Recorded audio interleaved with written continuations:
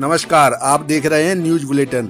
Budget आने के बाद से लगातार सोने और चांदी के भाव में गिरावट देखने को मिल रही है, जिसकी वजह से सोने में इन्वेस्ट करने वालों को नुकसान उठाना पड़ रहा है। आज हम जानेंगे ऐसा क्यों हो रहा है। इसके अलावा आज हम जानेंगे कि एक थाने से सरकारी पिस्टल कैसे गायब हुई। आइए जानते हैं आज के मुख्य समाचार। आगरा, मुख्यमंत्री योगी आदित्यनाथ ने दिया विधायक डॉक्टर धर्मपाल सिंह को आश्वासन। आगरा, रायपुर व रहनकला के किसानों को 14 वर्ष बाद भी नहीं मिला है मुआवजा। आगरा के एतमादपुर सीट से हैं विधायक डॉक्टर धर्मपाल। रायपुर व रहनकला के किसानों को भूमि का 4 गुना दिया जाएगा मुआवजा। मुख्य सचिव मनोज कुमार सिंह से भी मुलाकात कर चुके हैं डॉक्टर धर्मपाल। आगरा में शमशान की खुदाई में मिली गरुड़ पर विराजमान भगवान विष्णु और कुबेर की मूर्ति।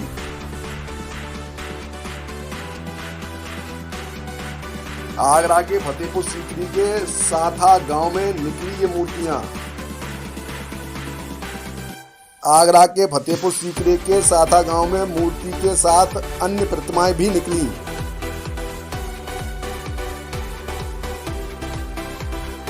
आगरा में सावन के दूसरे सोमवार को लगेगा बल्केश्वर शिवालय पर मेला। आगरा बल्केश्वर शिवालय मेले के लिए तैयारी जोरों पर है। बल्केश्वर शिवालय मेले में नहीं होगा सिंगल यूज प्लास्टिक का उपयोग। आगरा अजमेर आगरा सुपरफास्ट ट्रेन का संचालन 26 जुलाई से। आगरा बीएड काउंसलिंग का पहला चरण 5 अगस्त से। आगरा बीएड काउंसलिंग दूसरे चरण की काउंसलिंग 24 अगस्त से। आगरा के शमशाबाद में महिला से रेप, पार्टी करने के बाद पिलाई शराब पिलाने के बाद किया बलात्कार, रिपोर्ट दर्ज। आगरा में बारिश के बाद जलभराव। आगरा नगर प्रशासन फेल, यात्रियों को हो रही असुविधा। जल भराव के कारण गड्ढे में गिर कई लोग घायल। लखनऊ आगरा एक्सप्रेस वे पर आज भीषण हादसा। चालक को झपकी आने से स्लीपर बस ट्रक के में पीछे से जा घुसी।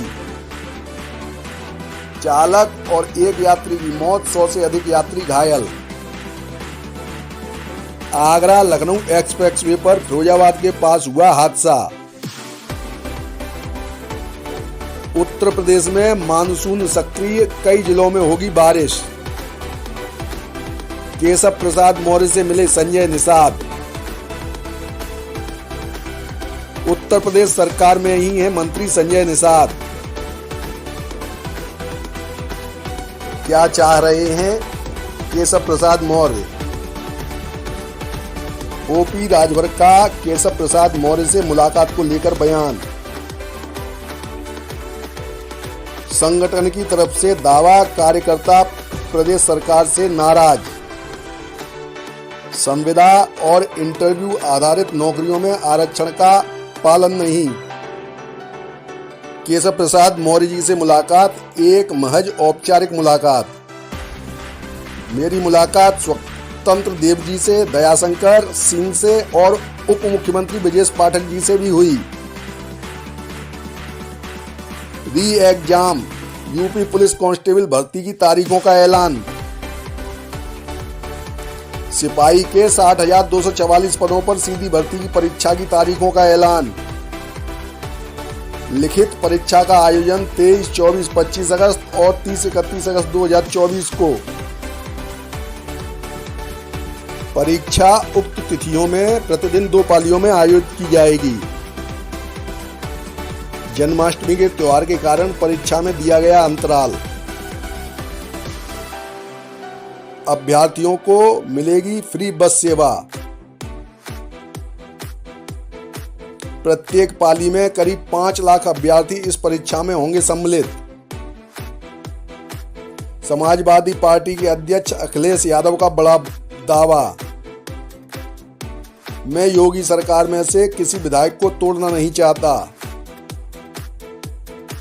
अपनी तहसील में ही निवास करें एसडीएम तहसीलदार, योगी सरकार का नया फरमान। यूपी में संविदा आउटसोर्सिंग भर्ती में आरक्षण की तैयारी, योगी सरकार उपचुनाव से पहले कर सकती है ऐलान। आपसी मतभेद भूलकर 2027 के चुनाव की तैयारी में जुटें। विधायक एमएलसी के साथ बैठक में बोले सीएम योगी। उत्तर प्रदेश, गुजरात, राजस्थान, केरल में गवर्नर के होने वाले हैं कार्यकाल पूरे। उत्तर प्रदेश, गुजरात, राजस्थान, केरल में गवर्नर के बढ़ेंगे कार्यकाल या बनेंगे नए। गुजरात में बारिश से हाल ही में सोने की कीमतों में एक महत्वपूर्ण गिरावट देखी गई है, जो 72,000 रुपये प्रति 10 ग्राम से घटकर 68,000 रुपये प्रति 10 ग्राम पर पहुंच गई है। ये गिरावट भारतीय और वैश्विक बाजारों में कई आर्थिक और मौद्रिक कारकों के संयोजन का परिणाम है। इस रिपोर्ट में हम इस मूल्य परिवर्तन के पीछे की संभावित वजहों का विश्लेषण करेंगे और यह समझने की कोशिश करेंगे कि क्यों सोने के भाव में इस तरह की कमी आई है। सबसे पहले, वैश्विक आर्थिक स्थितियां सोने की कीमतों पर महत्वपूर्ण प्रभाव डालती है। हाल के दिनों में वैश्विक आर्थिक अनिश्चितता और धीमी विकास दर ने निवेशकों को सुरक्षित आश्रय की ओर मोड़ा है, जिससे सोने की मांग में वृद्धि हुई थी। हालांकि हाल की मौद्रिक नीतियों और आर्थिक संकेतों ने सोने की कीमतों पर दबाव डाला है। अमेरिका और अन्य प्रमुख देशों के केंद्रीय बैंकों द्वारा दरों में वृद्धि और अन्य मौद्रिक नीति परिवर्तनों ने बाजार में उतार चढ़ाव को बढ़ावा दिया है, जिसका असर सोने की कीमतों पर पड़ा है। दूसरी महत्वपूर्ण वजह विदेशी मुद्रा विनिमय दरों में बदलाव है। सोने की कीमतें आमतौर पर डॉलर के मुकाबले भारतीय रुपये की विनिमय दर से प्रभावित होती है। जब डॉलर की तुलना में रुपये की स्थिति मजबूत होती है, तो सोने की कीमतें कम हो सकती है। हाल ही में रुपये की स्थिति में सुधार और डॉलर की तुलना में कमजोरी ने सोने की कीमतों में गिरावट को प्रभावित किया है। वैश्विक सोने की आपूर्ति और मांग की स्थिति भी एक महत्वपूर्ण कारक है। सोने की उत्पादन दर और भंडार के बदलाव सोने की कीमतों पर असर डाल सकते हैं। हाल ही में सोने के प्रमुख उत्पादक देशों द्वारा उत्पादन में वृद्धि और नई खदानों के खुलने ने आपूर्ति को बढ़ावा दिया है, जिससे सोने की कीमतों में कमी आई है। इसके अतिरिक्त प्रमुख निर्यातक देशों की सोने की भंडारण नीति में बदलाव भी कीमतों पर प्रभाव डाल सकता है। साथ ही सोने की कीमतों पर राजनीतिक और भू राजनीतिक कारकों का भी असर होता है। विभिन्न देशों में राजनीतिक अस्थिरता और आर्थिक संकट सोने की कीमतों को प्रभावित कर सकते हैं। उदाहरण के लिए, किसी भी देश में राजनीतिक संकट या आर्थिक अस्थिरता की स्थिति में सोने की मांग बढ़ सकती है, जबकि स्थिरता की स्थितियों में मांग कम हो सकती है। सोने की कीमतों में इस हालिया गिरावट का एक और कारण निवेशकों की बदलती प्राथमिकताएं भी हो सकती है। जब निवेशक अपने पोर्टफोलियो में विविधता लाते हैं या अन्य निवेश विकल्पों की ओर रुख करते हैं, तो सोने की मांग में कमी आ सकती है, जिससे कीमतें घट सकती हैं। इसके अलावा शेयर बाजार में सुधार और अन्य वित्तीय उपकरणों में निवेश की बढ़ती प्रवृत्ति भी सोने की कीमतों को प्रभावित कर सकती है। आखिरकार, सोने की कीमतों में गिरावट का असर व्यापक रूप से अर्थव्यवस्था और निवेशकों पर पड़ता है।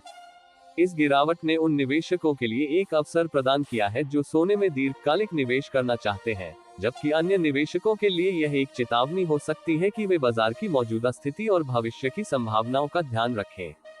संक्षेप में, सोने की कीमतों में हाल की गिरावट कई कारकों का परिणाम है, जिसमें वैश्विक आर्थिक स्थिति, विदेशी मुद्रा विनिमय दरों, आपूर्ति और मांग के तत्व, राजनीतिक और भू राजनीतिक घटनाक्रम और निवेशकों की प्राथमिकताएं शामिल हैं। ये गिरावट ये संकेत देती है कि सोने का बाजार एक जटिल और बहुप्रकारी प्रणाली है, जो विभिन्न आर्थिक और मौद्रिक संकेतों से प्रभावित होता है। थानाबाह क्षेत्र के बटेश्वर चौकी से सरकारी पिस्टल गायब होने की घटना ने पूरे क्षेत्र में हड़कंप मचा दिया है। ये पिस्टल बटेश्वर चौकी प्रभारी की थी, जो लोकसभा चुनाव के बाद चौकी में जमा कराई गई थी। जब नए हेड मुहर्रिर अवधेश कुमार ने प्रभार संभाला और मालखाने का मिलान किया, तब इस पिस्टल के गायब होने का मामला सामने आया। लोकसभा चुनाव के बाद चौकी प्रभारी ने दावा किया था कि उन्होंने अपनी पिस्टल चौकी में जमा करा दी थी, लेकिन हेड मुहर्रिर का कहना है कि पिस्टल चौकी प्रभारी के पास से ही गायब हुई है। इस घटना ने पुलिस विभाग में कई सवाल खड़े कर दिए हैं और इसकी जांच शुरू कर दी गई है। पुलिस के अनुसार मालखाने से अचानक सरकारी पिस्टल के गायब होने से उच्च अधिकारियों के संज्ञान में यह मामला आया है और जांच शुरू कर दी गई है। प्रारंभिक जांच में यह पाया गया है कि मालखाने के चार्ज में सरकारी माल का मिलान करते समय पिस्टल के गायब होने का खुलासा हुआ। यह मामला न केवल चौकी प्रभारी और हेड मुहर्रिर के लिए बल्कि पूरे पुलिस विभाग के लिए गंभीर चिंता का विषय बन गया है। उच्च अधिकारियों ने मामले की गंभीरता को देखते हुए त्वरित कार्रवाई करने का निर्देश दिया है। प्रारंभिक जांच में पिस्टल की गायब होने की वजहों को समझने की कोशिश की जा रही है। ये स्पष्ट नहीं है कि पिस्टल कैसे गायब हुई और इसे किसने गायब किया। हालांकि पुलिस ये सुनिश्चित करने की कोशिश कर रही है कि दोषी को जल्द से जल्द पकड़ा जाए और उस पर उचित कार्यवाही की जाए। इस घटना ने पुलिस विभाग की कार्यशैली और सुरक्षा व्यवस्था पर भी सवाल उठाए हैं। मालखाने में जमा किए गए सरकारी हथियारों की सुरक्षा सुनिश्चित करने के लिए क्या कदम उठाए जा रहे हैं?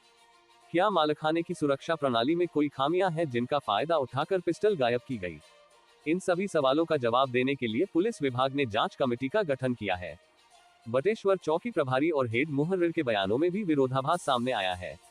एक तरफ चौकी प्रभारी का दावा है कि उन्होंने पिस्टल जमा करा दी थी, वहीं दूसरी तरफ हेड मुहर्रिर का कहना है कि पिस्टल प्रभारी के पास से गायब हुई है।